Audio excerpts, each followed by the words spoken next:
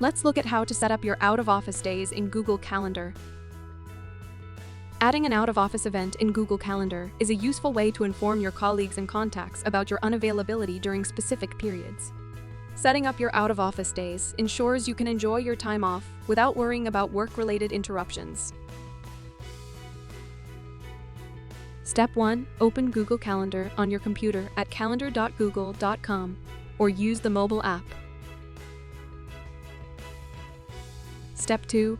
Click on the Create button and choose Out of Office.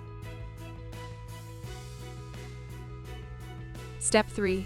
Select the dates that you will be out of the office. You can also specify a time. Step 4. Optionally, you can choose to decline all meeting requests during your out-of-office time, or only those that you haven't responded to yet.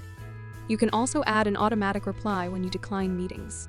This is the message that will be sent to people who try to schedule a meeting with you during your out-of-office time. Step 5. Click Save.